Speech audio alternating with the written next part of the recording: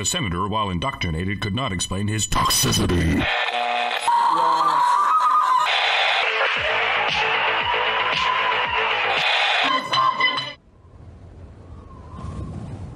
PBS, this just in. An entire battalion of weaponized misogynists will be descending on hapless Chicago to forcefully fondle the city's innocence. With them are notorious fascist pug handler Count Dankula, rape joke enabler Sargon of Akkad, alt-right menace Mr. Reagan, Satan himself Paul Elam, and the devil's handmaid Karen Swan. We have just received word from an expert in hateology that if you even so much as look upon this conference, your eyes will be burned out of your skull, your tongue will invert, and your anus will seethe from the union.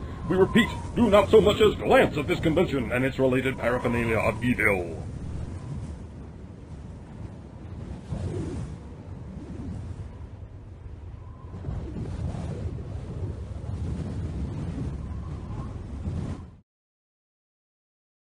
Hello, everybody, and welcome to HBR News number 214.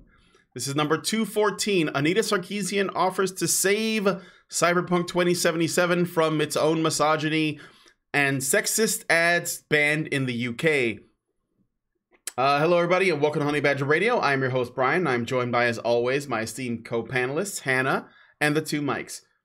We have a great show lined up for you guys today, so please be sure to continue the conversations both in the chat and in the comment section. On this week's HBR News Show, we're going to be talking about the wokeness of the week, including Cuba Gooding Jr. getting Me Too'd, Anita Sarkeesian's offer to save CD Projekt Red's soul, Britain's ban on harmful ads, and more. So please be sure to stick around. It's going to be a good time. And also stick around for the patron-only after show. So I got this article from a website called Mercator.net. We haven't looked at one of these in a while. It's entitled, Where Are All the Men Dating in the 21st Century? I thought that considering, we've been called incels that can't make it to second base, and I interviewed an incel recently, we might want to look at what the dating scene is for women that are struggling, because we all know that they have their own problems, and it is not at all because of how much feminism may have tainted the dating landscape, and not at all because of, maybe the effects of the Me Too movement. I mean, it's even got Keanu Reeves scared. That says a lot when that happens. So be sure to join us in the after show. It's going to be a good time. Oh, does somebody want to chime in on that at all? Within 2 weeks, we interviewed a guy who admits he hates women and a guy who allegedly hates Jews. I forget what the propaganda was on that, but you get a very eclectic mix, folks, and we let them speak for themselves because that's what's important. Yes, thank you, Mike. Thank you, Mike. Although the guilt by association is going to taint me hard, but hey. Okay, so anyway, if you want to be a part of that, you got to become a Badger by going to feedthebadger.com and starting a monthly subscription. If you start one, it'll give you a link to get into our Discord, which is a very active and fun-loving community. They do a lot of shit posting. There are memes. There are games. There's all kinds of stuff. And they get to watch some of the content before it goes up. So you get a little bit of behind-the-scenes action as well as bonus shows. So be sure to join us in the after show by becoming a Badger and going to feedthebadger.com. And if you don't want to wake up one morning to find yourself unable to find our content because YouTube finally dropped the axe on our channel, go to badgerfeed.com. That's badgerfeed.com. And before we get started, I'm going to ask you guys all, I see some new faces in there as well. If you could, please hit that like button. It really helps us with our analytics. And if you're not already subscribed, do subscribe and hit the bell for notifications. So now we're going to get into the stories. So where are all the men? Well, I don't know, but something happened to Cuba Gooding Jr. And it's not his latest straight to DVD or, straight to whatever streaming service shit movie that he probably made. So I'm going to I'm actually going to be going through this one. So we're going to look at the sitch. What is the sitch for Cuba Gooding Jr.? Okay, so let's go ahead and go over to the PowerPoint. All right, so blogger Claudia Oshry. This is a job now. I can't believe in this day and age we live in a world where people literally their job title could just be blogger. But okay, Blogger. Well, that's what happens when technology evolves. I mean, when printing happened, suddenly writer became an occupation. I guess that's and now right. the internet has happened. Suddenly, blogger has become an occupation. Hopefully, it evolves into something with less of a stank on it. But who knows?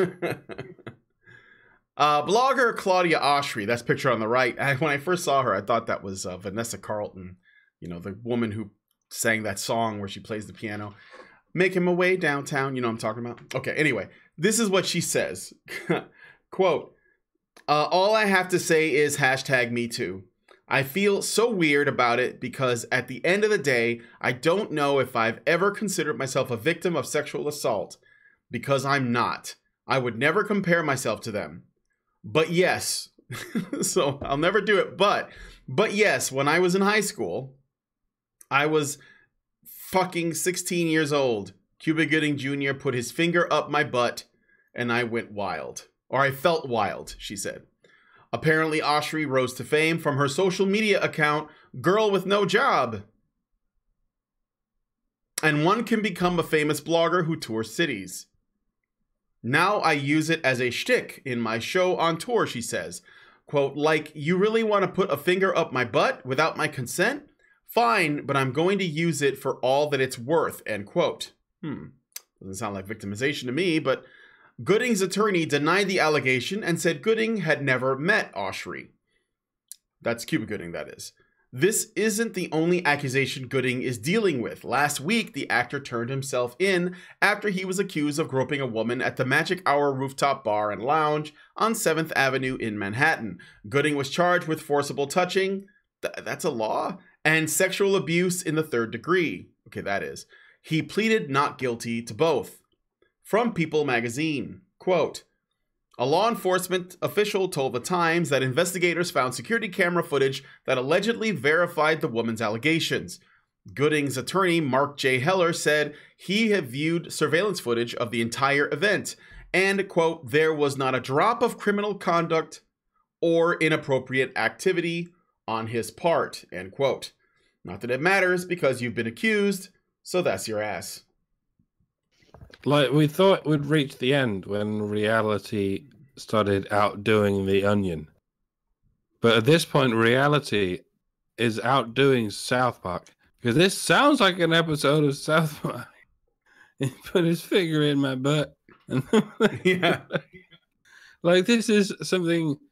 It's in the level of just personal enough and just silly enough to be something that should not be in the news. Unless your news is conducted by 8-year-olds in a cartoon. You know what I mean? Yeah.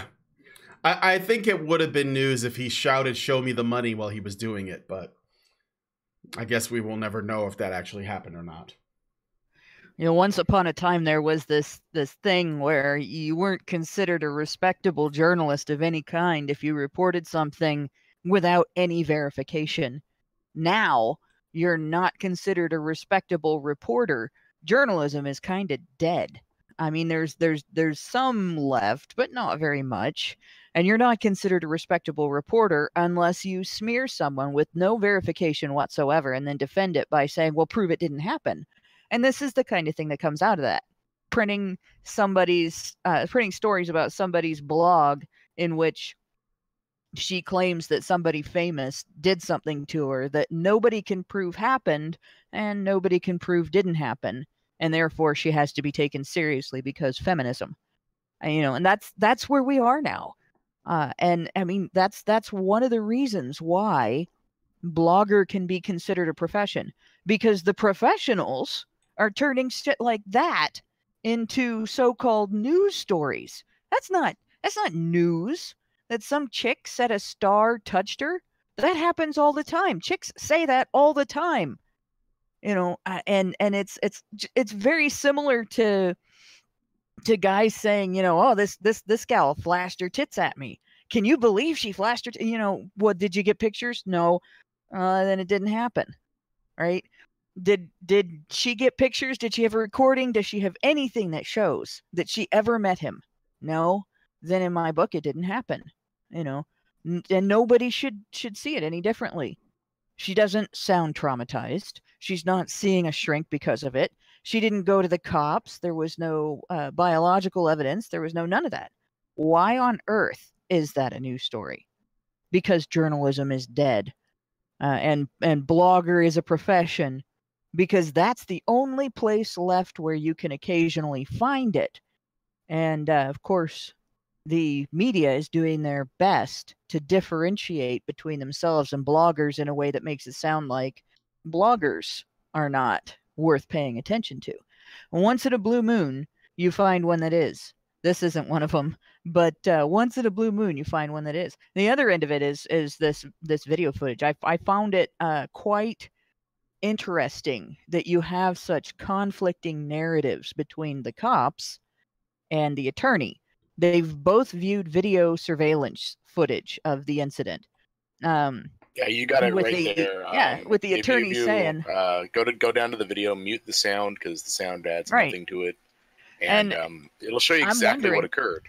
Right, but the interesting thing is, this might be like Mark Pearson, where the cops viewed or picked out a couple of seconds and thought, if we just isolate this, we can use it to make it obvious in court that our side is right. And if you view the whole you view the whole thing, the entire interaction, and no, it's not in fact obvious because it didn't happen, or what looks bad if you only view a second of the footage doesn't if you view the entire footage. And I've seen that happen in other cases as well, and we've seen that happen to other men in the movement and everything. So I don't know what the cops think that they're watching that they think is incriminating. Maybe they're just trying to promote a narrative, and it's it's not their job, but it's what they're getting told now is their job. If a woman comes in and makes an accusation, they think they have to verify it, not investigate it. And there's a big difference there. So it's just that difference that the cops, having such a different story than the attorney, that really indicates to me that, this is one of those situations. Yep. So I'm afraid that this grainy footage is all we have. It's kind of like, trying to figure out if Cuba did something sexually untoward is like trying to find a UFO. But it doesn't look like anything really sketchy has happened. There was a woman in between him and the accuser. And that was his girlfriend. Yeah. So, God, every guy is dumb enough to grope some other woman right in front of his girlfriend, because that never leads to an argument or getting dumped or any other repercussions. Women just tolerate that stuff all the time, right? Yeah, exactly. So I'm afraid that if you want to get a look at it, I'll include a link in with the show notes so you can look at this video yourself. But there isn't, there's really a non-interaction. It looks like it's a noisy place at night because they're doing the close talk. And so everyone has to be a little bit closer to each other so they can hear their voices. And of course, Cuba is getting a lot of attention because, he's like a famous person. So yeah, it doesn't look anything incriminating. But again, in this landscape of Me Too, you can just make accusations. It'll give you your 15 minutes of fame. You might get a little payout out of it. And hey, there might be a bit of collateral damage, like you could ruin some guy's career, but that's okay. They're already rich. They'll probably bounce back. It's like whatever. But this is like par for the course, So I don't know for sure. I mean, they investigate it and they do the due process, and it turns out that he's guilty, then hey, he's guilty. But I stand with Cuba Gooding Jr. on this one because this is what you got to do. You just got to, at this point, I think that when, men are accused of something, I'm just going to stand by them until I see sufficient evidence that, is damning. So. The media will do anything whatsoever for a story. anything that involves anything sexual or anything romantic. It's like there was a story in some newspaper, I forget which one it was, that ran a sort of side story on page 12 or whatever about Count Dankula's upcoming wedding, about how it was a story that some guest has had to pull out for whatever reason, and then they acted like they'd interviewed like Sue on the subject, and they acted like she said, "Oh, I'm distraught about it," when all she said to anyone was "No comment, absolutely not, fuck off," not in those words. But they still ran it in a fucking newspaper saying, "Oh, there's trouble in paradise over at the Dankula wedding. Look, some guests are pulled out." And it's like, but that must be a good position to be in, to be like someone that kind of media hates, because that kind of media is almost objectively parasitic at this point. And to be the pantomime villain of those kind of sub journalists must be a pretty fucking good feeling. Yeah, I'm sure we all know about that to some degree, don't we? I remember a time when regular journalism and tabloid journalism were two different things. They're not anymore. It's all like who tweeted what, gossip, he said, she said, garbage, and we have to wade through. And the thing is that when it was just tabloids, people didn't get ruined nearly as much as they do now. I mean, it's still, you can still make somebody's life really uncomfortable, or even like a living hell in its own way. But the way that this is all coming out now, it's just destructive. It's just because CNN will just as easily report on the same thing. I mean, I feel dirty just putting a TMZ link up, but honestly, they actually tend to tell the truth more often than not. And that's kind of crazy, isn't it? It's true. TMZ is actually somewhat reliable. It's insane. But well, it used to be the tabloids would go after people who were famous on purpose. Like they went into acting or music as a profession with the goal of having a stage presence and stardom and all that, and their careers would always get a boost and a blow out of it. Like their reputation would take a hit, but at the same time everybody would be paying attention to them. So getting featured in a shit story in a tabloid was actually, it was publicity, right? And it didn't ruin their careers. It might be embarrassing, but it put everybody's eyeballs right on the person who was trying to be famous anyway.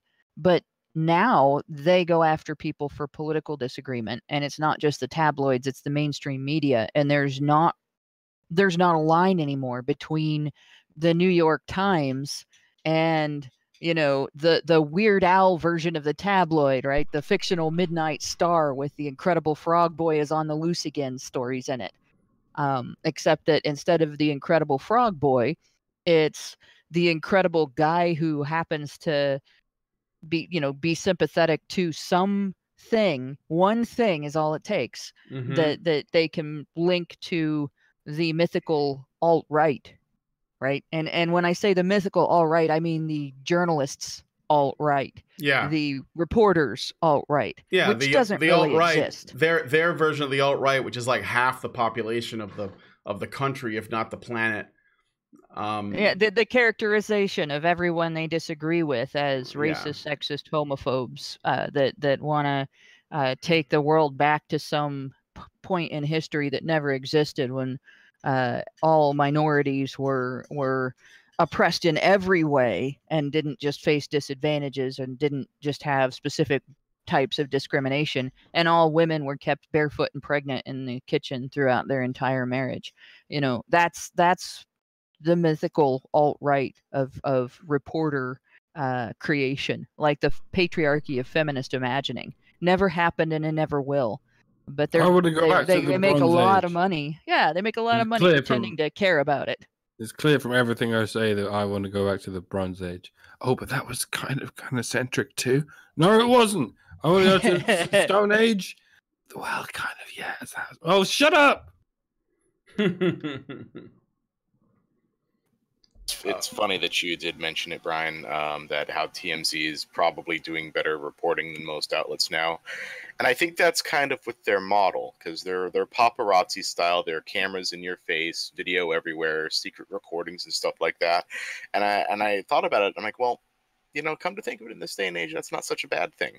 When all these allegations and rumors start, there's never a damned thing to back it up. There's never a smoking gun. There's never a paper trail. There's always, 15 years ago, this male star touched some woman's hoo-ha, and now she's going to make a big thing about it with absolutely zero evidence. Yep. But that's kind of all TMZ is when you think about it. Raw evidence. Like, here's the video. Judge for yourself. Here's the photos we took. Come to your own conclusion. Yeah, TMZ is where I saw the actual footage of the Ray Rice incident. And figured out what was going on there. Yeah, that's true. This was two-way abuse. Yeah. And like people get really pissed off when I talk about that sometimes, because the prevailing narrative is this big brute of a man knocked his wife out because he was mad at her, or his girlfriend out because he was mad at her. You look at the video and that's not what happened. Now, they're very unevenly matched. I mean, who's going to be evenly matched with him? But she still was aggressive, and he still was reacting to that. And it still wouldn't have happened if, when he backed away across the elevator from her and put distance in between him, she had allowed that distance to remain. And that doesn't make it right for anybody to hit anybody else, but it does change exactly what the incident was about. And it does change the reaction the public should be having to her not leaving him and them talking about working out their problems. That was actually a rational approach on their part. Both of them needed to learn to deal with conflict better. Both of them needed to learn to deal with conflict, but not just one of them, both of them. That's the way most domestic violence should be handled. But you don't see stuff like that, in the mainstream media. The mainstream media, Ray Rice is a brute. He hit his girlfriend on purpose and knocked her out. That's all you get, and you don't find out the functional way to deal with the problem. It's going to be the same thing here. You're going to see that all over the media, and for the most part, the narrative is going to be Cuba Gooding Jr. is probably a sex abuser. Was sexually aggressive with this woman he didn't even know, and that's not necessarily the case at all. So in fact, it looks like it's not the case, and there's no reason to believe that it is. So this is dumb. Yep. By the way, Ray Rice is not a fruit, it's a grain. I wouldn't want any erroneous information getting through there. Okay, so we're going to move on to the next story. But before we do, I just want to say, let us know what you guys think about the Cuba Gooding story. And maybe by extension, let us know what you think about TMZ. I think that in whether they mean to or not, they're kind of doing good work by putting out actual videos, because they're interested in the, like the most evidence, because they know that that's the stuff that gets people going, especially in this world of where everyone's carrying a camera.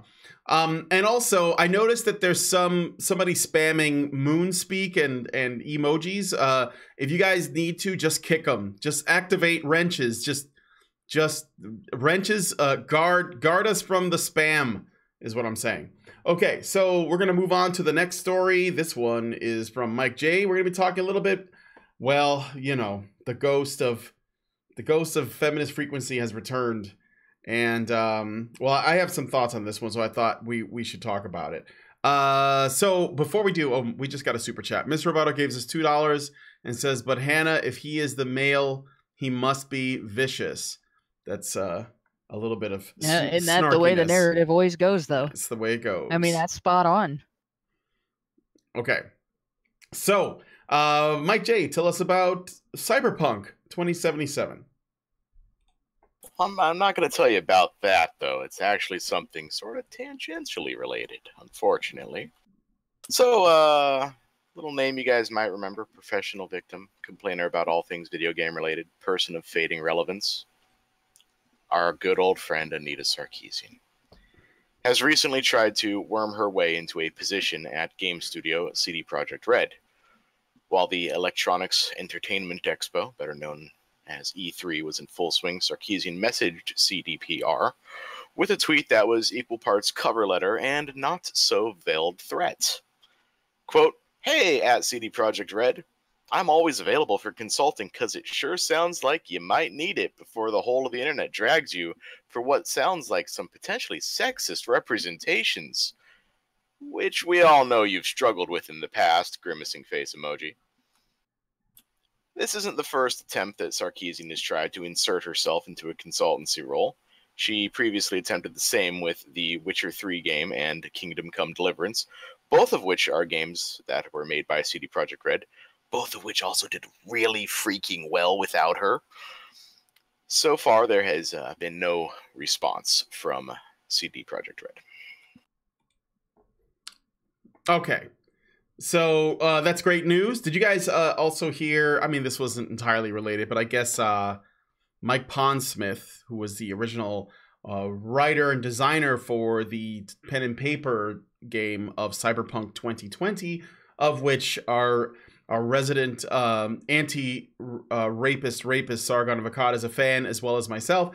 He also pushed back on this kind of, there was a narrative that there was an in-game graphic that was said to be transphobic or something like that, and he responded essentially saying, you don't get to tell me what I can say in my game. He's not working on the game per se, but he is obviously the inspiration, and I think he's in a consulting position for CD Projekt Red. So that was pretty good on Mike Pondsmith's part as well. The only thing I wanted to add to this, though, is that I saw a lot of people really celebrating the fact that it would appear that CD Projekt Red isn't going to take any shit from Anita Sarkeesian. And I get that. I do, and I'm glad. However, I think that it's important to point out that even though she's probably not going to get a job with them, she has been, and people who follow her sort of like, her ideology are in the industry. Actually, I can show you guys right now. This is something that I showed people a while back. Facebook named a room after her. So she has tremendous influence in tech. This is a picture of her surprised and with pleasure that Facebook, the actual company offices, named one of their meeting rooms after her. And we all know that she's rubbed shoulders with Hollywood directors. And I think that she's worked on Dishonored 2. She worked on Mirror's Edge 2, or at least that's what I think she said that she was involved. And there may have been on some level, even if it was like in an only like an advisory role or temporary consulting role. So I guess what I'm saying is that while where everybody was sort of dunking on her for, trying to weasel her way in to the development of this game, it doesn't mean that she's not having tremendous influence in other games. And even in the games that she's not having, let's say that she's not directly involved with, I heard she was also involved with Assassin's Creed Odyssey, but I don't know if that's, how true that is or what capacity. The point is, though, that a lot of people that are involved in developing a lot of these games, they all believe the same as she does anyway. This is why you have, like, Ubisoft is especially cancerous. This is why their new game that I think it's called, is it Watch Dogs 3? That's supposedly Watch Dogs Legion. Yeah, Watch Dogs Legion, which is the third one though in the series, right? Which was supposedly inspired by a post-Brexit world. Yeah. So just realize that even if she doesn't get in anywhere, that doesn't mean that the large sort of AAA developers aren't woke already. But well, it's she's running the victim identity protection racket. Yeah. I mean, that's like Al Sharpton does that.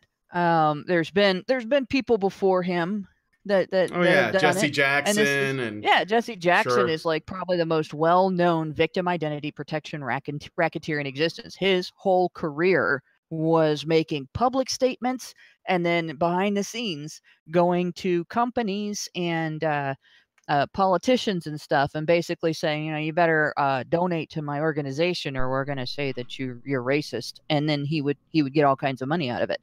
And that's like Al Sharpton does the same thing. You better do what we say, and you better pay us for consultation, or we're gonna bring a bunch of people into protest against your organization.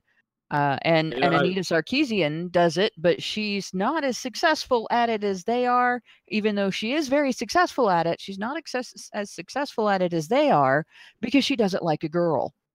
And that's, I'm sorry, but she's got a lot less finesse about her than those two guys. And I mean, like, to be so blatant and open and obvious, she's basically exposing their methods in doing this. Like, the whole thing that makes the protection racket a protection racket, and not, say, a real consulting service or a real security service, is that the degree of implied threat that the racketeers themselves may attack the business or the target or whatever, that threat, that implied threat, we're going to call you sexist or racist if you don't do this, makes the practice a form of extortion rather than an offer of a real service.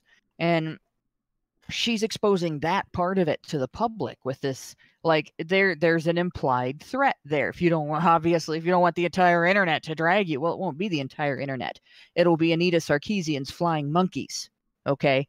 And that is a threat, which, I thought that was against Twitter toss to make threats against people. But apparently it's okay. Well, I mean, Anita's on, isn't she on like the Trust and Safety program? Yeah, she's on the Trust and Safety Council for Twitter. Right. She knows what a threat is and what isn't. Apparently it's okay when someone their Trust and Safety program has consulted with does it, but not when someone says, no, you shouldn't come to my house and break in, or I will defend myself against you. That's a much worse threat than, if you don't pay me to consult for your company, the entire internet is going to drag you as sexist. That's where Twitter is. So Twitter is essentially supporting Anita Sarkeesian's protection racket. And they're not going to do anything about it because they're okay with it. They're okay with being used for that. Yeah. Mike, you were going to say something? I was going to say, I can't be the only one who's noticed that Anita's quote there sounds like a translation of the nice expo you have there. It would be a shame if anything happened to it. Yes. I mean, if you just read it out in like an Al Pacino voice, it would work. Hey, this is CD Projekt Red. I'm always available for consulting because it sure sounds like you might need it before the whole of the internet drags you for what sounds like some potentially sexist representations, which we all know you struggled with in the past. Frowning face. I was sat for 5 minutes just thinking about how that sounds. Yeah, and this is come to think of it, this is like not the first time she's tried to do this. Even like in recent history, there was the thing with EA on June 8th, where she was EA made this big old stink about donating $1 million to a nonprofit working to end bullying and harassment, and she's like, I'm sorry, what? You guys didn't speak up during Gamergate. Yeah. We've been the nonprofit on the front lines. We've been the ones constantly struggling with funding. Pay attention to us. I remember that too. And I know that it seems like, she's kind of like on the outside banging on the window. But I think it's just that when you just want control over the entire, like, all of the game's media. And so when people are doing things outside of, like, within the area that you feel that you're sort of entitled to watch over, then it feels like an offense. And I think that's why she got angry with EA. Like, a normal human being would be happy that EA, like, donated to some anti-bullying thing, right? They'd be like, oh, that's nice. But no, she's mad because she should have been getting that money.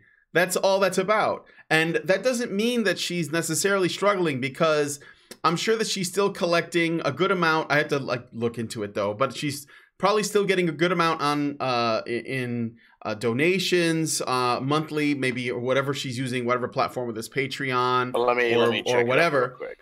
I think she's Femme Freak Patreon. Yeah, probably. Or she might have one named after herself. I know that she still podcasts, and she's got a website, and she's offered consulting jobs there. It's actually like a big thing that she's doing now. And just because some people turn her down or they don't respond, it's interesting too. I want to also point this out. As far as I understand it, she's worked on some big titles.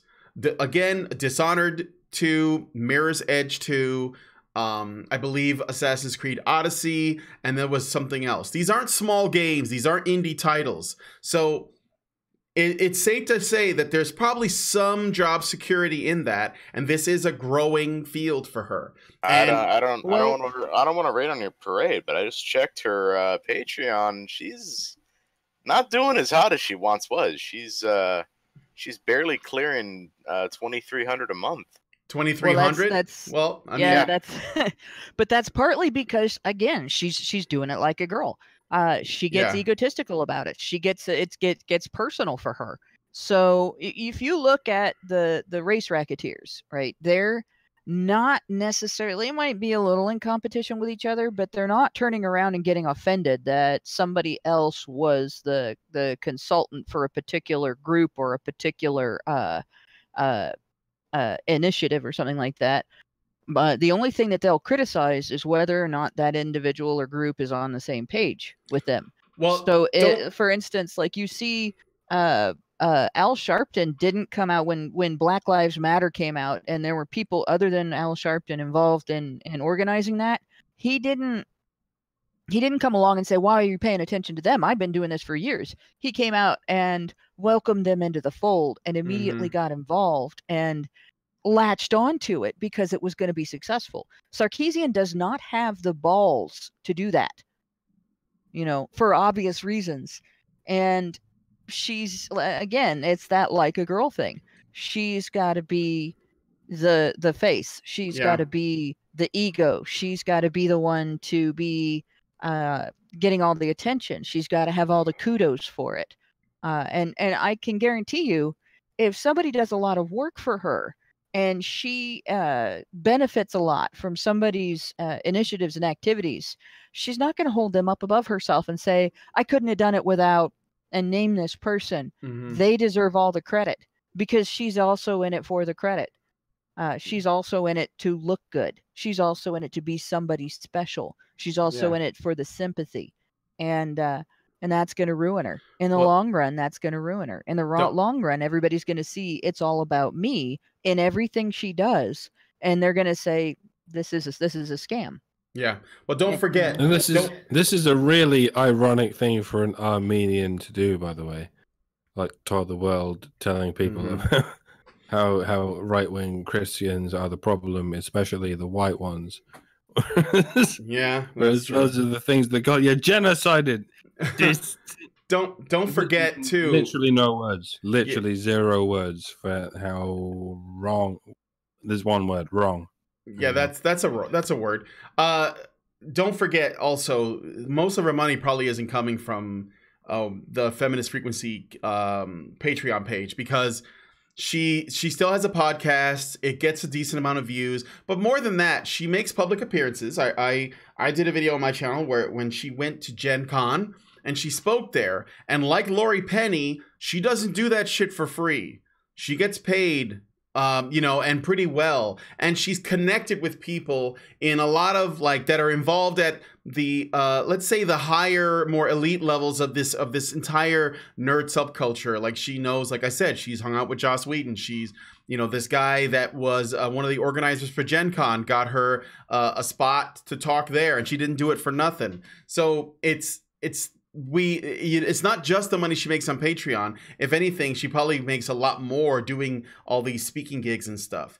And again, Facebook named a room now for her. So it doesn't matter if it's her directly or just a bunch of people that have watched her content and think this is the truth. This is the Sermon on the Mount. I'm going to take this and it's going to inform what I make going forward, right? And the problem is that it's there's no other side to this. So developers are working under the assumptions that she's making with her poorly researched and obviously biased content, and it's influencing their work. And I saw somebody in the chat, and then we got to move on, but I saw someone in the chat mention that the games that, you know, supposedly she's really involved with have all, you know, mostly been flops, right? And that should be worrying though, because that means that the game industry is doomed to crash if everyone starts following suit and doing this woke bullshit. You know, like, I don't know how well you know, Watch Dogs, what is it called? Watch Dogs Legion. Yeah, is gonna do, but it's one of those games that you know it's woke, but it also looks good enough that the average gamer they'll just buy it and play it anyway. And I think that further sort of reinforces that idea where they're like, oh, well, this woke shit works, we're just gonna do it again. And so, you know, even if she's not involved, it will, I think, it could lead to, or at least be a major factor in a new video game crash. So there you go. Side note, I don't know how woke Legion is going to be. Like, I was really set off by the whole post-Brexit thing, but I forget. I totally forgot. This is something Ubisoft always fucking does. They always make it seem like they're going to say some really big ground-shattering political message in there, and then they don't. Well, they backpedaled on it. But I think they backpedaled on it because of the backlash. I don't know that they actually well, it's just the history, like Far Cry 5, yeah, Far Cry New Dawn. We always think that we're gonna get it. Oh, they're gonna really do it now, and then it never happens. Well, Odyssey was all marketing. Odyssey was pretty woke though, from what I heard, from what I've seen. But anyway, let's move. Let me look at the super chats and yeah. One minute if you can, Brian, because I got a bit of a sales pitch to make here. Okay. I just decided to check out the raw numbers, Patreon versus Patreon, Honey Badger Radio versus Fem Frequency, and I just noticed that we are less than $50 away from surpassing what Feminist Frequency makes on their Patreon. So if someone out there is on the fence, thinking about, you know, dropping a 50 for that elusive lesser badger rank, now would be the time, and you would be the ones that push us over what Fem Freak's making per month. And then we can start getting those sweet public appearances at like Penny Arcade and Gen Con and so, you know, just saying, you know, yeah, if you're feeling like it, if you know, unless you just want to see the end of your hobby, you know, you might need us to save you. I just felt dirty saying that. Okay. High Alpha gives us $2 and says, why does Incel Rouge pretend to be a PUA master? I don't have the answer to that question. I have no relationship to Rouge V. But thank you for the $2. Red Moon Blade gives us $5 and says, booty salads. Also, there are spies in chat. Trust the fungus. Mr. Roboto gives us $2 and says, Anita has no influence and no power. Right. No, you know, I mean, I think that you're being sarcastro, and if you are, then that's cool. Yeah, it sounds like a play on our whole point about women having no power and no influence. Yeah, right. Naif. And she is a woman. Not F Mitch. I'm not sure if I'm saying that right. Naif Mitch, whatever, gives us $2 Canadian and says, Mike, does your subscribe star message work? Now, other Mike, do you have a subscribe star? No. No, okay, I don't. Then it must be me. Yes, but I can't find a Nave Mitch username there. Who are you? Is what I already answered. Okay, I see. Yeah, I can receive messages, and I can get requested words and sentences through them. Normally, I've managed it a few times, but I don't know that username. So if you're trying, then give me a username on Subscribestar, and I'll see what I can do. All right. Well, there you go. All right. Thank you. Let us know what you guys think about this story. Give us a comment below. Do you think that I'm blowing things out of proportion? and that Anita is just like a boogeyman at this point, or do you think it's true that even it doesn't matter what happens with this as long as the rest of the gaming industry is moving towards this sort of political progressive messaging, it's not even going to matter? Let us know what you think in the comments section. I guess it's like, how black-pilled are you about video games? Because I'm pretty black-pilled on video games. So, and plus the fact that E3 was pretty fucking lame. Like, most of it was pretty lame. Nintendo won E3 in my opinion. Albert Native V2.0 gives us $20 Canadian. Thank you, Albert. You are the king of the stream. And writes, well, I mean, $20 Canadian is maybe not that much, but he writes, Ray Rice. She slapped him for something he said. He slapped her back in the elevator. She rushed him ferociously and he KO'd her. Not right to use a closed fist. No. I have no problem with the slap. He did not slap her back in the elevator. He did not slap her. I saw the video. Mm-hmm. He yelled at her. They were yelling at each other. The video started before the elevator in the big hallway outside the elevator. She chucked him under the chin. She did that angry woman head-to-head, side-to-side thing. She was aggressive before they ever got in the elevator. But yeah, no. And he didn't punch her. He raised his hand up. Yeah. It's just that Ray Rice is so strong that he can't do that without it being an uppercut. So she took an uppercut, which I don't think anybody's going to take an uppercut from that guy and not, especially since it knocked her head into a metal wall or a metal bar on the wall. And I mean, if she didn't get knocked out by the first hit, she was going to get knocked out by the second hit. And it was wrong.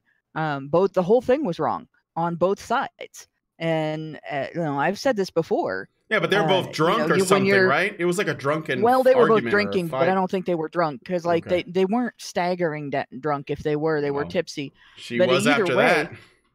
I'm just joking. A couple that has this kind of pattern of behavior towards each other, it's a pattern. It's not just a one-time incident. They don't act like that towards each other just one time.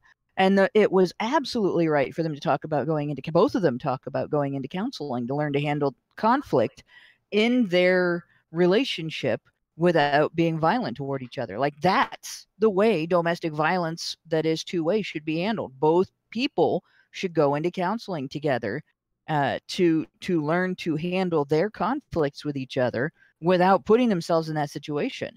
And if they can't do that, then they shouldn't be in a relationship, because he's going to end up in jail and she's going to end up dead. That is why as Glenn Sachs reported this, they pointed this out from research on domestic violence, that one of the biggest determining factors in whether a woman takes serious injury in a domestic violence incident is her starting the domestic violence, her initiating the domestic violence. That's that kind of a situation. And I don't even care what they were arguing about. Like, there is nothing that you can argue about with your spouse or your partner where you should initiate violence, regardless of which side of the argument you're on. There isn't any reason why, male or female, you should initiate violence with your partner. And if we could solve that, we could eliminate the vast majority of domestic violence. And the only problem, and Richard Beer just mentioned it, is finding a counselor that's not going to be gynocentric about it and try to convince both parties that she should be able to hit him without getting hit back. Yeah. Or as Richard Beer put it, try to find a non-biased counselor. But counselors really should be getting trained to say, nobody should hit anybody. If you're acting aggressively, you're wrong. Yep. By the way, Ray Rice and what was his girlfriend's name? The girl he hit. Honestly, I forgot her name. I don't remember her name. So yeah, man, she started some shit with him, and Ray Rice was like, "NANI?"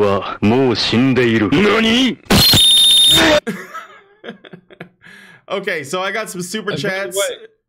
By the way, and this is why I should chime in before Hannah chimes in, because Hannah's got a long thing to say. and all I had to say was a short joke. But it's amusing to me how "re" in context of an email subject line, like "re:" means in relation to, whereas nowadays "re" means I have nothing to say in relation to.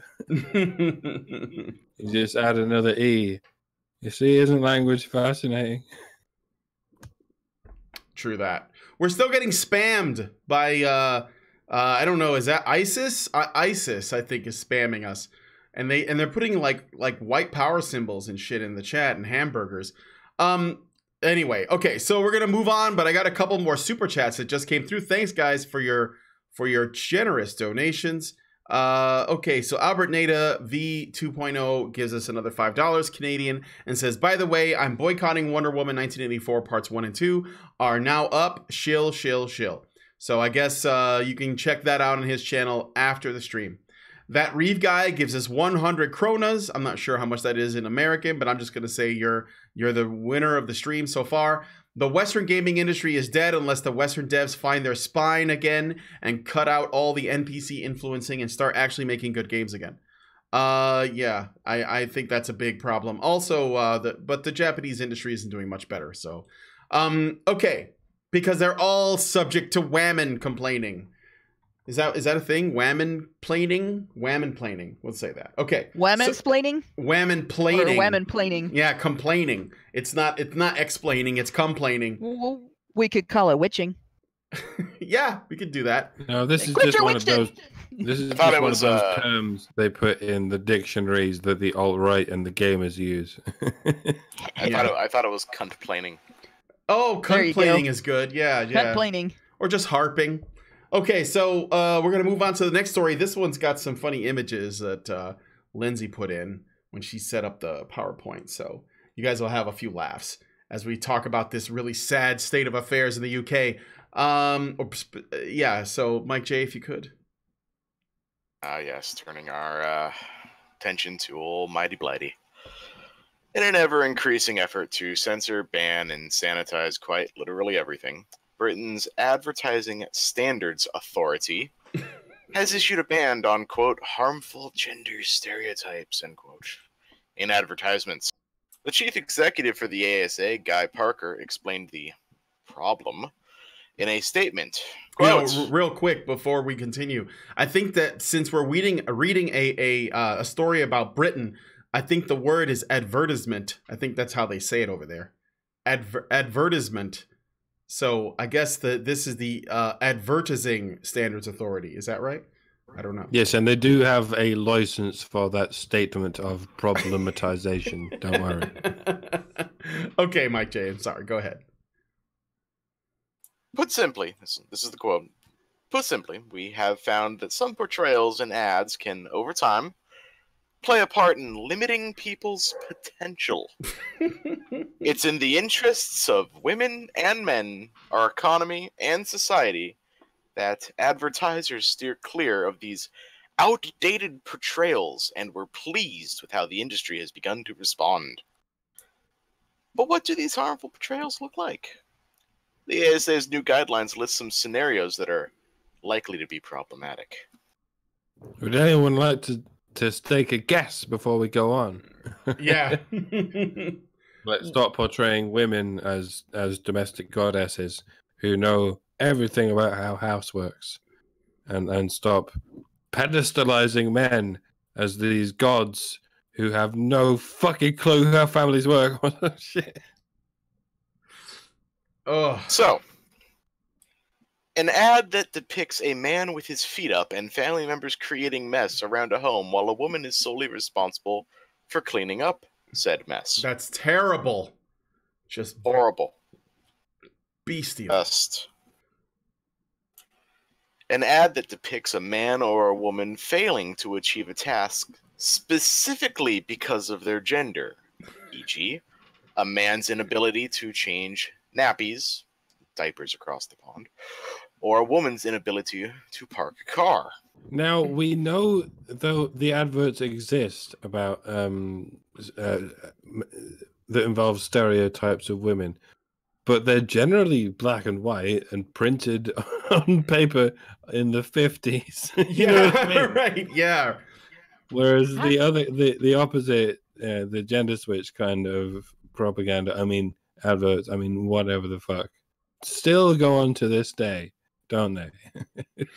I got a question. How are they going to know that the ad's portrayal indicates that it is specifically because of someone's gender? Are they going to, does the character actually have to say something about, trust a man to not be able to handle this, or here, this is a man's job, get out of the way, princess, and let me, or are they just going to assume that anytime a woman is portrayed as being challenged or defeated by a task, it's because she's female, and anytime a man is portrayed as having any kind of difficulty with domestic duties, say, it's because he's male, Hannah, and not because the job is hard. Show me the advertisement, I'll show you the thought crime. Yeah, that's I gotta wonder, are they going to be imputing motive there onto the advertiser? It's going to come down to believe women. That's it. They're going to ask women, how does this ad make you feel? And if they say it makes me feel uncomfortable, then it's sexist and it has to go. Sound like some of the ones that are lower on the list. We haven't gotten through the rest of the list. No, there. We haven't gotten to the but again, an ad that depicts a man with his feet up and the family members creating a mess around the home, and a woman that's solely responsible for cleaning up said mess. I haven't seen an ad like that in I don't know how long. Do you guys have like better ads than us? Like I haven't seen anything like that here. And then an ad that depicts a man or a woman failing to achieve a task specifically because of their gender. How do you do that? Now, in the sample that I have up on the screen, it's a woman. It's called, this is an old ad, but it's got a woman behind the wheel looking with a really worried face, and it says the mini automatic for simple driving. I don't know that it's because it's a woman. There might have been a gender swapped variant of the same ad, but it is pretty funny. So she looks like she doesn't belong behind the wheel. It's like that face. Yeah. I never learned to drive. Let me try out this car. Well, let's go through the rest of the list and see. So if you thought that the list was kind of straightforward, prepare. We're going to take a turn to the Twilight Zone now.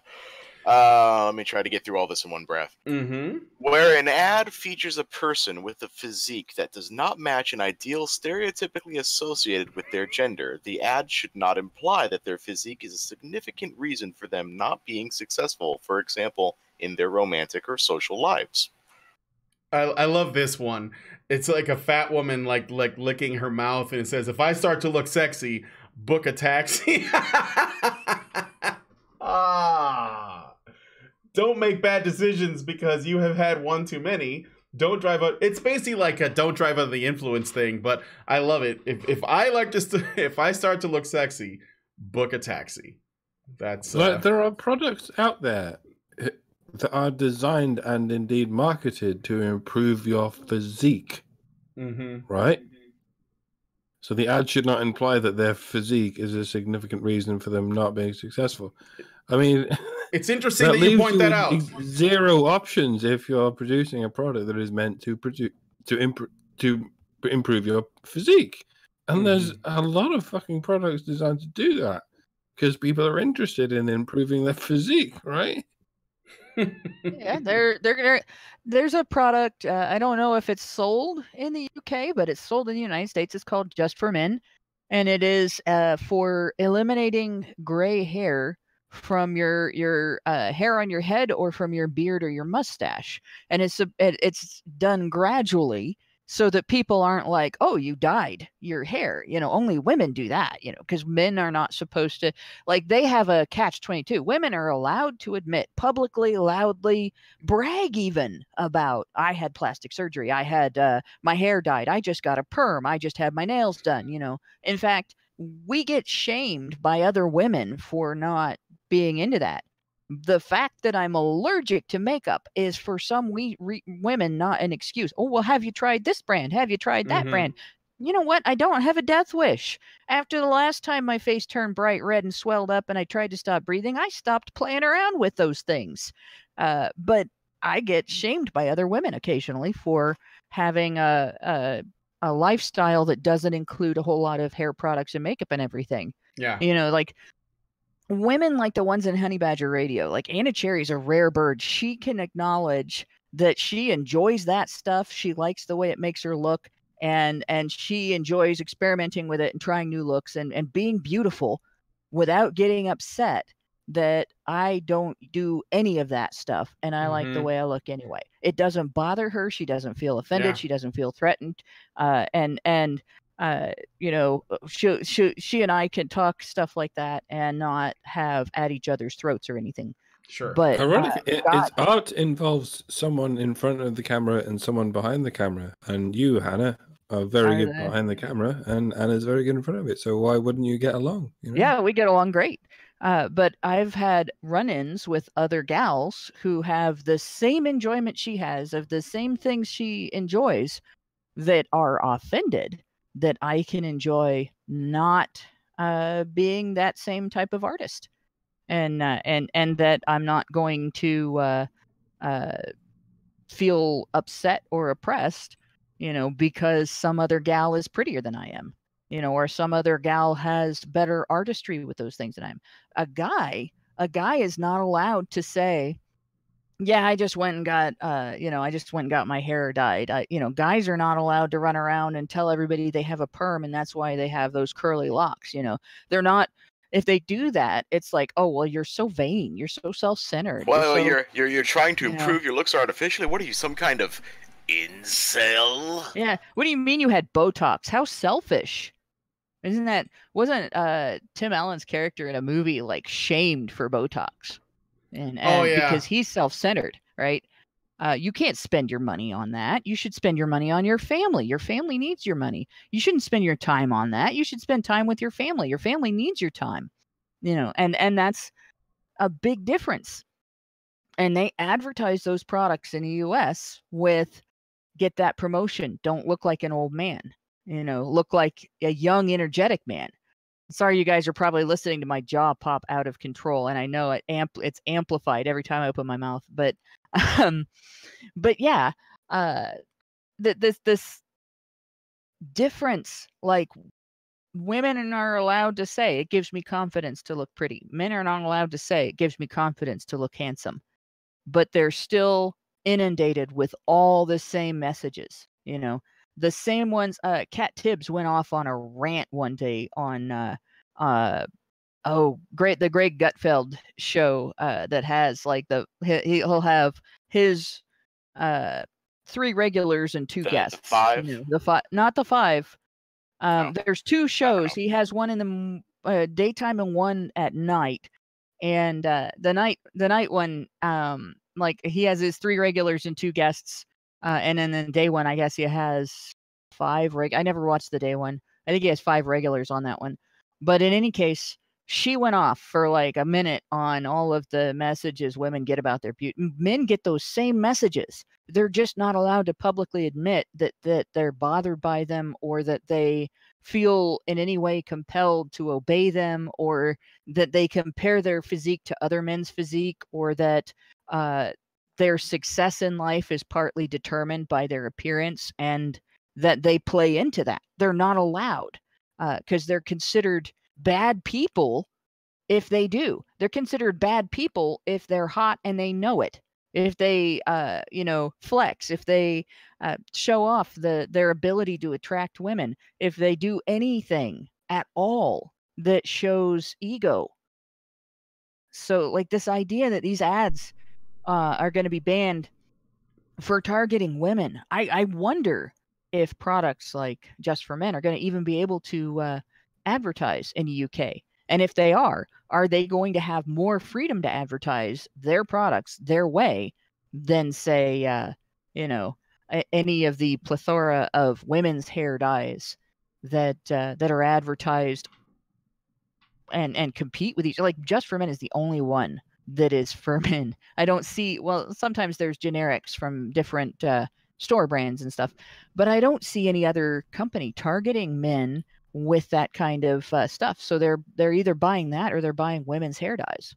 There is a little bit later in this where they do go through some okay gender stereotypes. Yeah. And it's going to get really confusing. It's going to get I'm wondering. very, very hard to track. Yeah, we'll get to it. Although I just want to say, start the countdown now until Just for Men is itself under attack, because that sounds pretty like non-binary.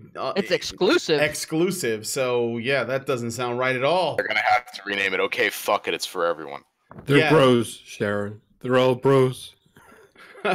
Okay, so moving on. All right, so we were about halfway through the list of stuff that is not okay, totally problematic, very verboten. An ad that seeks to emphasize the contrast between a boy's stereotypical personality, e.g. daring, with a girl's stereotypical personality, e.g. caring, needs to be handled with care. So that's not outright banned. It just simply needs to be handled with care. No, but look at the example. I'm sharing. Let me share the example here. It's for kids. There's a boy's laptop, $12.99, 50 functions, and then there's a girl's laptop, which is pink, $9.99, 25 functions. I don't understand this product, but it's funny. It's a whole €3 cheaper. So yeah, it is. It's like €3 cheaper, but half as many functions. I don't get it. What happened to the pink tax? That pink plastic is so expensive to make. But I mean, it's cheaper. It only has 25 functions, but it's cheaper. What happened? Like, usually things that are just for girls, feminists complain about them being more expensive because they're just for girls. This one, you sacrifice some function, but it's cheaper. Yeah, well, it's probably still sexist because the other one has more functions. Whatever those functions might be, I don't know, but I think if I was a kid, I would not have asked for the girls' laptop. My parents had a different way of handling that, though. Like, I asked for an easy bake oven when I was a kid. My mom just taught me how to cook in the kitchen, so I was making full meals without supervision. You by weren't the age cooking. of 12. You weren't cooking with a light bulb. No, I was cooking with a real oven. Yeah. And that's my dad had me on a computer from the time I was a little kid too. Regular computer. There was no boys or girls, this or that. It was just here. This is a what did we start out with? We had a Commodore 64. This this is how you use, and you have to do this, and you can't do that, and it's important to do this, and don't forget, blah blah blah. And I had, that's it. Like this idea of for boys and for girls wasn't really a big thing. But if it had been, if I had wanted the pink computer, there would have been a discussion. This is what it does. This is what the other one does. Are you sure that's what you want? Yeah. There wouldn't have been, this ad is sexist and you're oppressed because of it.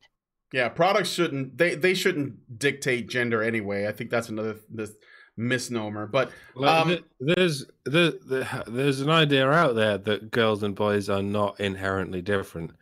And like if you really looked into it, the greatest, most ubiquitous voice against this notion would be children. Because children are the people most likely to respond, no, girls and boys are not alike. As far as we can tell, I know we're just children, but even we can figure out that girls and boys are different. And we like to keep to remind ourselves of that separation. That's why we have pink things and blue things. And it wouldn't matter if we were in whatever state we were 150 years ago, where pink meant boy and blue meant girl.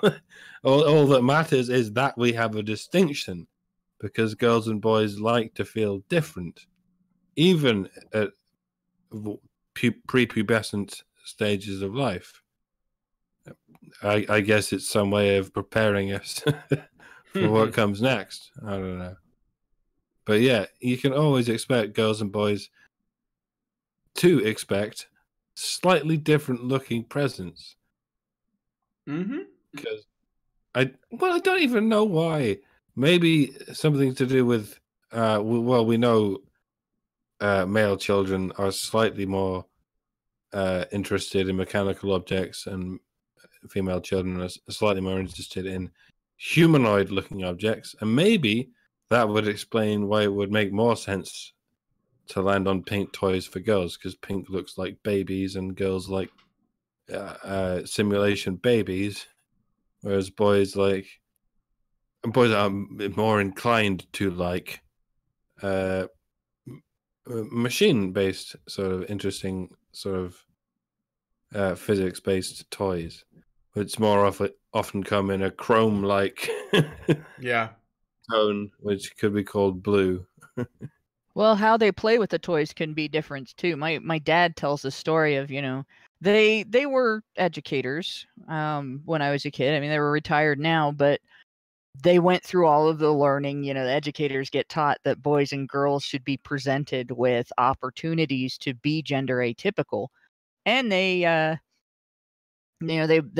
bought, when I was a baby, I was the first, so they bought me toys for both sexes, and they bought me genderless toys and stuff like that. So I had everything from dolls to Tonka trucks and everything. I was like, you could say I was spoiled. I had a lot of puzzle toys and stuff like that too, right? And those were the ones I gravitated to. I played with the trucks. I put my dolls in them, and everything. But then my brother was born, and my brother played with the trucks, versus me playing with the trucks. I put the doll in the truck and would drive it across the floor and, and all that stuff. My brother would take the truck and he'd put his hand on it and he'd start pushing it along, and you would hear, and all that stuff. I didn't do any of that, right? My brother played with the trucks the way they were meant to be played with. He imagined everything about the trucks. He would put rocks in the back of the dump truck, and he would, crash the trucks, or he would move things with the trucks, or all that. That was my brother. I had my dolls, and I would play house with my dolls, not because anybody taught me how to play house, but because that was what I imagined. And he had his action figures, and he'd play with his action figures, and you would hear the fight. Puh, puh, boom, ah, and the guy would go flying or whatever. And it was fun to watch my brother play with his action figures. And it was fun to play action figures games that he would come up with him. We'd have World War III, and the entire room would be covered with action figures. And it was a totally different thing, And like, you had an obvious representation of the difference between boys and girls right there. And it wasn't that I was less imaginative. It was that I was prone to imagining different things and taking different interests. And, my favorite toys were the puzzles. My favorite toys were the ones I had to figure out things about them and investigate them and, manipulate them in order to fix something. And his favorite was playing stories that were very masculine, and that was it. And yeah, Robert Michael, did he do his own score? Yes, he did. There was music and everything. It was great. Very imaginative kid. And he grew up, he plays like 7 different musical instruments now.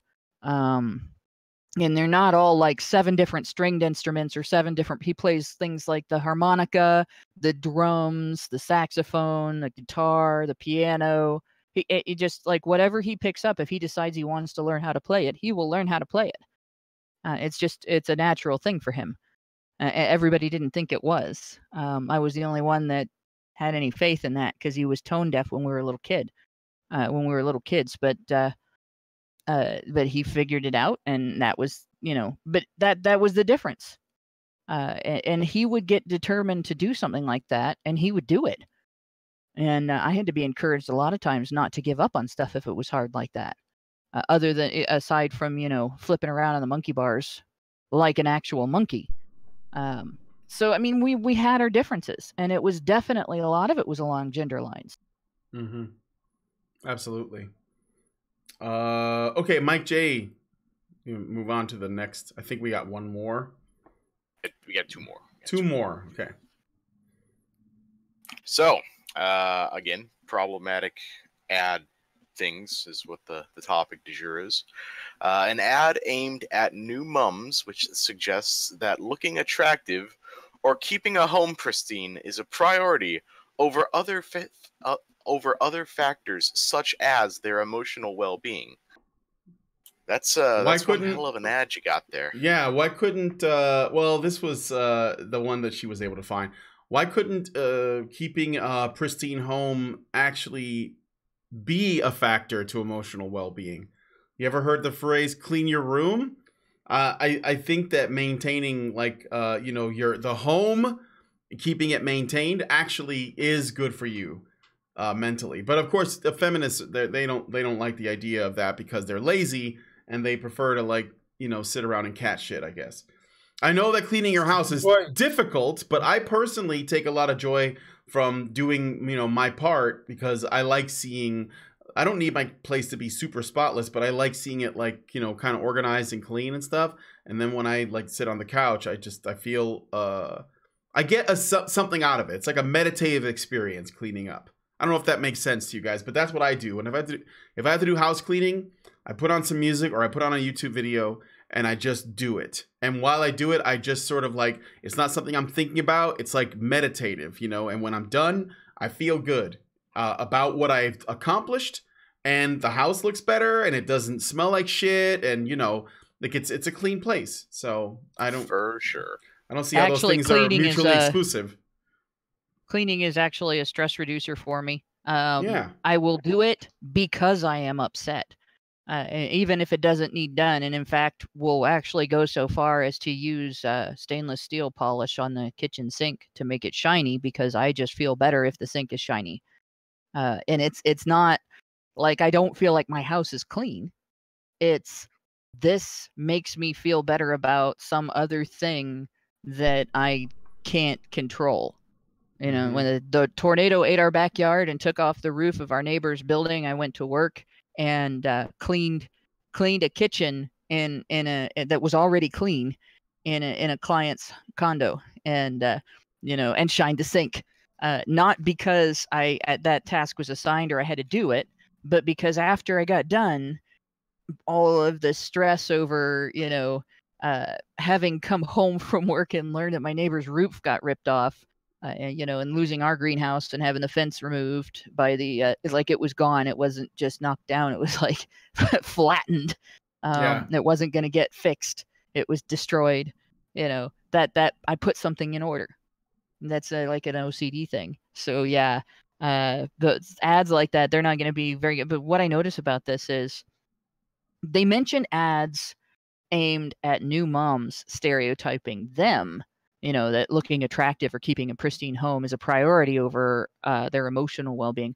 But they don't mention anything about this being done to dads, you know, or men in any way. And there are things that are prioritized over men's emotional well-being, like looking competent, like looking confident, like looking like they're in control of a situation, looking like they're not bothered by things that bother them. You know, a new dad isn't supposed to be upset about trading in a sports car for a station wagon, right? He's not allowed to care that his favorite toy he has to give his favorite toy, because that's selfish. It's not allowed to be considered a sacrifice, even if it's a sacrifice for something he really wants. Nope. There goes. Those ads are probably going to be just fine, right? Yeah, well, this is about, it says it's just about you know, ads that put out harmful gender stereotypes, but we knew before we even went down this road who specifically they were talking about, and it wasn't men, and it wasn't even, you know, normal average women. So Mike J, let's get the rest of the list out of the way here. And the last one for problematic stereotypes in advertisements, an ad that belittles a man for carrying out stereotypically female roles or tasks. So those are the things that are bad. Those are the things you don't want to see in here. What about an ad that belittles a man for not carrying out stereotypically female roles or tasks? They're allowed to do that, aren't they? Oh yeah. You mean like the bumbling dad stereotype that's in like almost all advertising and entertainment today?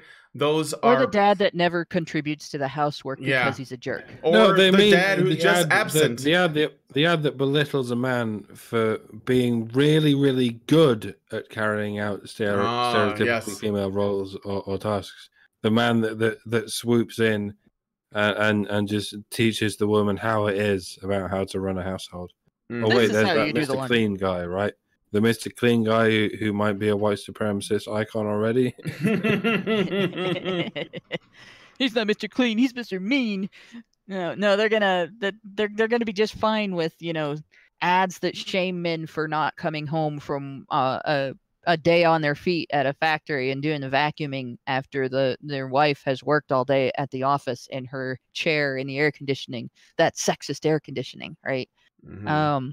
So they'll basically say, well, just because your jobs are not equal and your amount of labor that you perform are not equal and your work environments are not equal and you come home more beat up than she doesn't mean you shouldn't do the vacuuming, right? Yeah, those ads won't be banned. No. Okay. So yeah, You moving think on. you got that all under wraps now? You think you got a handle on this, on how it works? Well, guess what? Not everything is forbidden. Certain gender stereotypes are not banned. There's a whole different list of stuff that I guess is okay. These would include the following: a woman doing the shopping or a man doing DIY, do it yourself, I'm assuming. Yeah, like building a new porch or roofing or something like that. Glamorous, attractive, successful, aspirational, or healthy people or lifestyles. That sounds a lot like a certain yellow tinted beach commercial. Yeah, a little bit, which is it's a bit weird. I think they may have just forgotten, because I think that's going to be a problem when this comes back around. So one gender only, including in ads for products developed for or aimed at one gender. So I guess just for man is safe for the moment. Just as most ads that are about female, let's say, hygienic products. Yeah, let's go with that. Yeah. So we're not going to start advertising Vagisil to men? No. Or put men in the ads. Like, like a man is he's at the playground with his daughter who's about 12, and he's pushing her on the swing, and she's like, "Dad, I have this not so fresh feeling," and he's like, "Oh, I know just the thing for that." Like that's I guess those are if it was only women, that'd be okay. And lastly, gender. Oh wait, Mike, you want to say something? I was struggling to think of any sexual product that's sold only to men, because condoms doesn't count because women use those too in sexual contact with a man. But they do have tampon products, right? Mm-hmm. Some men use tampons. Advertised exclusively to women. There are men who menstruate. Bigot. Okay. Oh god. There you go. Man puns. Okay, go ahead, Mike J. And lastly, gender stereotypes as a means to challenge their negative effects. So, Gillette. So you're basically you can make a woke commercial. Yeah, you can make a woke commercial making fun of the idea that women don't know how to do DIY or men don't know how to do laundry or whatever. No. There will never be one of these aimed at women ever. It'll only that gender stereotypes as a means to challenge. Well, actually, maybe they will do one about women that have the gender stereotype of, I don't know, wanting children and a man and heterosexual relationship.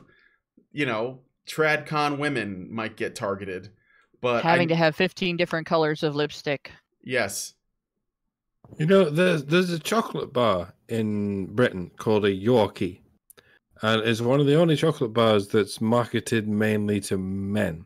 Why? Because there's nothing fancy about it. It's just big chunks of chocolate for workers to eat in between shifts, because it fills them full of energy. And one day, the marketing department at Yorkie had this brilliant idea of a marketing campaign called "Not for Girls," because it was the only chocolate bar that was thought of as for boys, because chocolate is generally for girls. And as a result of this, they got a whole bunch of new sales, presumably from girls, because they were like, this is not for girls, is it? I'm going to eat shitloads of this right now. You've activated my trap card. I've already forgotten how this is relevant to the thing we were talking about just now. I don't know, funny, but though. I'm interested in trying this Yorkie bar. I'll tell you that. It's just chocolate. This is plain chocolate. That's in big fine. chunks. That's like the Hershey's, but like in big chunks as opposed to the little flat thing. Okay. Well, there's a candy bar that's kind of like that around here, called a chunky bar or something like that. Yeah, And yeah. now they come with other things. There are chunky bars you can get that have like raisins or cranberries or stuff in them. But the plain one is just milk chocolate, and it's thick. It's like 3/4 of an inch thick. Yeah, it's a brick. And it's just squares. It's this brick of chocolate. I mean, So that's fine. still not my kind of chocolate. I like the chocolate that has almost no sugar in it, and you can taste the bitter. That's the best chocolate. Like the chocolate that kills dogs instantly, like Baker's chocolate. Yeah, like the chocolate that you keep out of reach of your dog, because it's almost pure. Like nobody else eats this chocolate because it's like, well, this isn't even sweet. No, that's like my favorite chocolate. And for those of you who don't know, they say that chocolate kills dogs, like it's really toxic. It gives them diarrhea, doesn't it? Mainly it's the Baker's chocolate that'll kill them. If they eat milk chocolate, they'll likely survive, but they'll be sick and they'll have lots of diarrhea. So you want to avoid that anyway. Because there's not as much cocoa powder in it. Right. That's the problem. It's not, milk chocolate is okay. I'm not saying give it to them. It'll make them sick. But if your dog got into some, like Mars bars or M&Ms or something, don't panic. He's going to live, but he's going to be, he's going to be making chocolate of his own. And you're not going to enjoy that. Yeah, he's going to be miserable for a bit. Okay, if you want to be proper safe, just choose either dogs or chocolate. You don't need both of them in your life. It's like choose guns or mental illness. One or the other. You can't have both. Yeah. French Honey Badger gives us $5 and says Hannah is oppressed by female beauty standards from women. That was in relation to the I'm oppressed by women who feel oppressed by female beauty standards. Yeah, that's meta but meta it's kind of hard to oppression. oppress somebody that doesn't care, like if you yell at them and stuff. I hear from them all the time, and my response is almost always the same. Yeah, so screw you. I don't care. I you can get mad, but that's just going to affect you. Mhm. And the only time I get worried about is if somebody gets me banned from a social media forum for not being angry that they're upset that I don't wear makeup. There you go. Okay, so last story. And, There's a tiny. Well, there's one more thing I got to say about this story. Okay, One more thing. Okay. And that is, dear Committee on Advertising Practice, I would like to draw your attention to ads from White Ribbon, which rely entirely on the gender stereotype that men are strong and powerful and women are weak and helpless. Please do something about this immediately. That's it. Do it. Okay, Mike. The last sentence of the write-up. A separate group, the Committee of Advertising Practice, will be working alongside the ASA to review the effects of this new policy in 1 year time to see how it worked. So stay tuned. All right. Well, let us know what you guys think about this story. And I guess I don't know, man. It's just, we've talked about this for a while, but let us know what you guys think about this story. The UK's new committee on I guess making less harmful advertising, because I guess that's a priority. It's either, they banned all the knives and spoons and shit. Now it's time for the advertising. And yeah, let us know what you guys think in the comment section. Albert Nada gives us $10 Canadian and says, just watch the Ray Rice video again. She slaps him in the lobby and he slaps her back in the elevator. And I didn't mean to sound like I was condoning her. I hope I didn't come across that way. Thank you for the comment. I'm going to move on to the final story because we're a little over and I want to get into the after show. So we finally got an update. Remember last week we talked about this? There was a couple of deaths of senators Republican senators, and we thought it was just kind of weird how these things were kind of happening, you know, so close together. We have an update on one of the senators' deaths. So a follow-up on last week's story about the death of Arkansas State Senator Linda Collins Smith. Arrests have been made in relation to her death. As cited by the Daily Wire, quote, Fox News reported that former campaign staffer Rebecca Lynn O'Donnell, 48, had been identified as the suspect. Apparently, O'Donnell had worked on the former state senator's last campaign, and Ken Yang, former communications officer for Collins Smith, said that the two were friends. There are photos circulating online of the two women smiling together. No motive has been suggested, and Arkansas police say the investigation is still ongoing. From the Daily Wire, quote, the day after Collins Smith was discovered, another former Republican state senator, Jonathan Nichols of Oklahoma, was also discovered dead from a gunshot wound. The deaths were completely unrelated, and there is no new information on the events surrounding Nichols' death. So we have no news on the other guy, but we have an arrest for this one. I'm following it mainly because I'm just curious. It was really, you know, it was an odd coinkydink, and I thought, you know, we might want to look closely at this to find out if you know, if like the war has begun or if it's just like an unfortunate kind of an unfortunate coincidence. So that was my main reason for bringing it up, and I've just updated you guys on the latest. We'll see if we find out a motive. We'll come back to this later. But it's a woman who killed another woman, so that's interesting. Or at least that's the current suspect. This is still, she hasn't been convicted or anything like that yet. All right. Is that still homicide? Is that how ironic it is that if a woman kills a woman, it's just homicide? But if a man kills a woman, it's femicide. Yeah, it's interesting, isn't it? I don't know. If a woman kills a woman, is it? Well, I don't know. That's a good question. Also, did you guys know this? I didn't make this a story, but I thought I would mention it. Apparently, Alexander Kopelkov, also known as Russian Deadpool, is getting out of prison. Did you guys know that? From first degree murder. I didn't know that. Yeah, he's getting out of prison. He's getting out of prison. It turned out that I don't think it's first degree murder. I think that he went to jail for, it was either second degree or third degree, and that the penalties in Colorado are actually pretty lenient. He got out in a few years, but it wasn't first degree.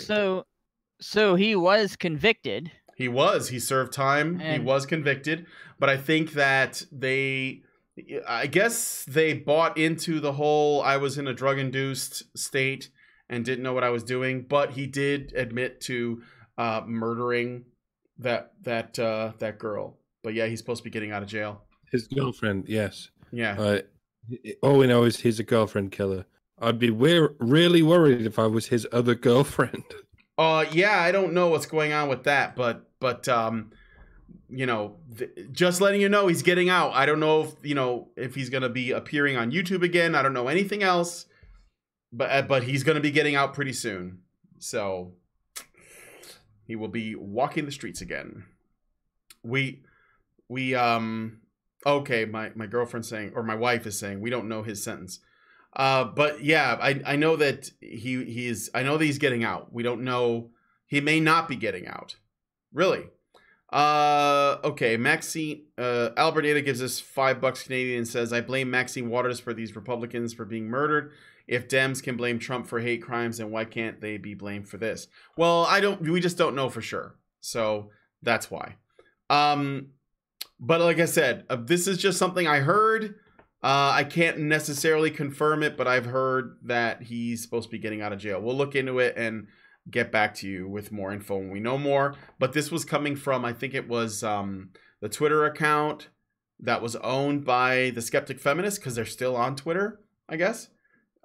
So yeah, just something I just put out there, but maybe look into it yourselves and find out. But I guess he may be getting out of jail, or he's supposed to be. It's weird how there's no mainstream media hit pieces about this feminist who killed a woman, right? It is kind of weird, isn't it? A little bit weird. So, but yeah, anyway, any thoughts on the Arkansas state senator story? Other than this is one of those that wait and see attitude needs to be taken until more information, because there's really not enough information to have any idea of, like, there's at least one that's definitely a murder, they said, and the other one, if I understand right, there's not enough information to determine it. Yeah. Whether it was a murder or it was either a murder or a suicide or an accident, because if there was a gunshot, that's basically your three possibilities: murder, suicide, or accident. He didn't get sick and die from gunshot poisoning, right? So it's possible they were both murdered. It looks like they were both unrelated. We're not the Democrats, we're not the Republicans necessarily either. But the Democrats do have a habit of trying to link unrelated things like this and then blame them all on Trump. This may have nothing to do with politics. So we don't know. That's it. That's the only thoughts I have on it. We don't know. There you go. Yeah, same. I mean, I guess just, give us your thoughts if you guys think that there's, it's just what your thoughts are on this. So to add onto this Alexander Kopelkov thing that I kind of commented on, I went to this is the Twitter of the Skeptic Feminists here, and it says Alexander was, so this is, we're going by their words, so we don't know for sure. It says Alexander was offered a plea deal for manslaughter and assault with a deadly weapon. He took it. The trial schedule for July will not take place. Sentencing will be in September. Whenever I get access to evidence from the case, I will upload it to the internet. Hopefully this outcome will allow everyone affected to move forward with their lives. No judgment would ever have brought Heather back. I know some may be disappointed, but from what I witnessed, manslaughter is an accurate description of what happened. I will not be replying to tweets and will be locking the Skeptic Feminist account, except for when I can eventually upload as much evidence as is respectful of Heather, to allow interested parties to come to their own conclusions as to whether this outcome is correct or not. So that's all we have. I don't. If they're gonna blame all of this on the mushrooms, then I will raise a Boschian hellscape on these motherfuckers. People take mushrooms all the time, and it doesn't do anything remotely like this. Never mind. Yeah, no, I That'd mean, be a hell of a hellscape. For those of you guys who don't know anything about this and is completely like, what is going on here? The Skeptic Feminist used to be a YouTube channel run by a guy who called himself Russian Deadpool, and he had a couple of girlfriends that would appear on, and he would essentially dunk on MRAs and also religious folks, and that was his whole thing, right? He started all kinds of feuds with lots of people, and it was all fun and games, and we had him on a couple of times too. You can like search the Skeptic Feminist Honey Badger Radio. We've had him on a couple of times. And then, I think we had him on like 2 times or 3 times. And I remember talking with Alison, and we were both pretty convinced that Alexander was a bit unstable. Like the way that he would get angry, he would get really emotional and like kind of crazy, right? So I thought, well, these conversations, while I'm willing to have them, obviously, as you guys know, I had on a nut job like last week. I didn't want to, I just was kind of like, I just felt like this wasn't going anywhere. So we hadn't talked to him for a while, and then he shot one of his girlfriends in a parking lot, I think it was, and she died. And he went to jail, and this came out of nowhere. And he had been in jail for some time. So this is just an update on that story. The story that I saw on that was he had actually just proposed, but there was also they were doing drugs together. They were in a call. They were also like polyamorous or something. Right, they were polyamorous. Yeah. There was conflict with the families, and he went nuts. The claim that he has made is that he was using mushrooms at the time, and that there was, I don't know how you could do this, but they were supposedly quote, laced with PCP. I don't even know how he's consuming these things. He said they were laced with... I don't. That does what? It doesn't. That was his defense. That was his defense. I'm picturing those button mushrooms that you buy. I have no idea what these things look like, right? Because of all the drugs I'm afraid to try because of my allergies, those are the worst because I'm allergic to other fungi. And I don't mind if I have to go to the hospital because I had button mushrooms from the store and had an allergic reaction. I can tell them what I had, but I certainly don't want to go to the hospital and they'd be like, I'm having an allergic reaction to something I ingested, and they ask, and I'm like, I can't tell you. That's not going to work. To lace mushrooms, I'm lost. I don't know if it's possible to lace mushrooms with PCP. They usually come dried.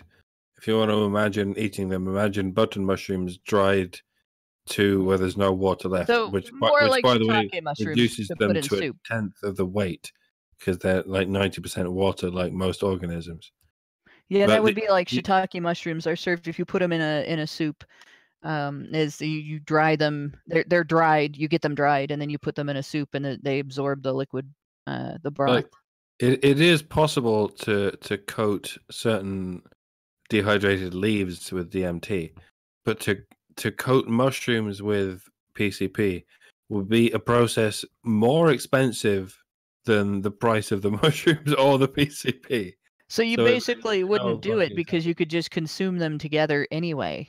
Yeah. It's sounding really dubious already. So it's a dubious story, in other words. That was the claim that he wouldn't have done it if he hadn't been in that situation. But the other thing I was thinking of in regards to this, most hallucinogens don't change your personality. That was one of the things I took I took a lot of psychology classes when I was in school because I found it fascinating. And one of them was a drug education class. And that was one of the things. Hallucinogens aren't going to change the person's personality, but their personality is going to determine how they respond to the hallucinogen. So if there is if they have violent tendencies, they might react violently to hallucinations that they fear or to experiences that they can't comprehend. So if they use too much of a substance and it skews their perceptions to the point where they don't know how to relate to what they're seeing, they might lash out. And it's where you get people running away from something that they're not seeing or something that they're seeing, something they're experiencing, and they go out the window of a upper story in a tall building, or they run out in front of traffic because they're unaware of it, or stuff like that.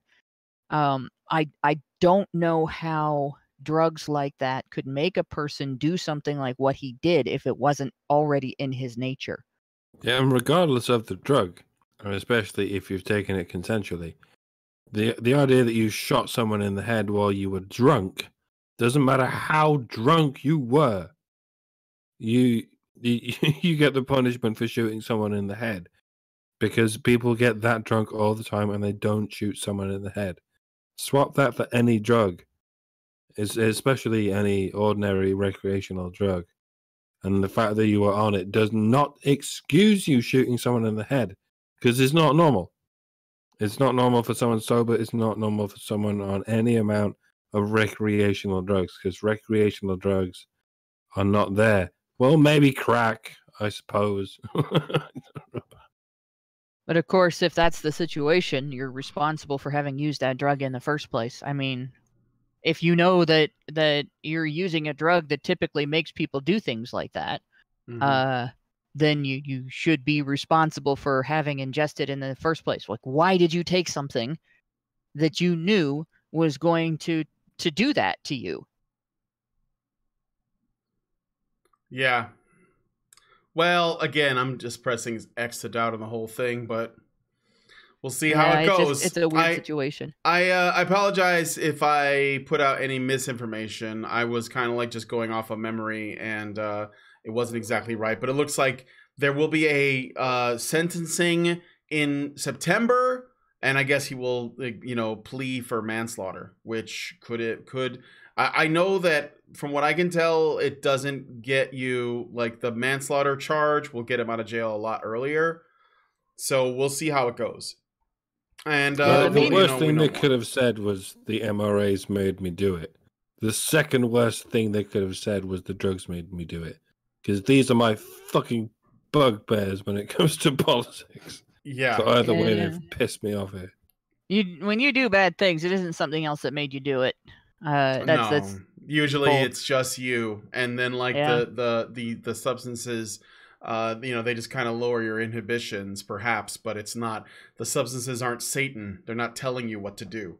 So well, even the devil made me do it isn't a good excuse, because the devil doesn't make anybody do anything according to lore. The devil makes suggestions, and it's your decision whether to take them or not. Yeah. So even that wouldn't have been an excuse.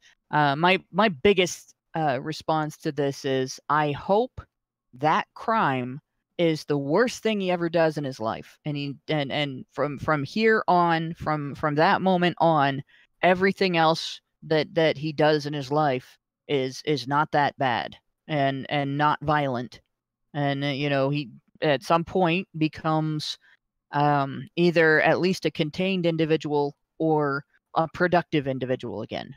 Like if he ever was. I know he tried to claim that he was in the throes of PTSD at one point, and it came out that he had never gone into combat. Yes, So, that's right. I remember him saying that it was PTSD, and then it came out that he never saw combat.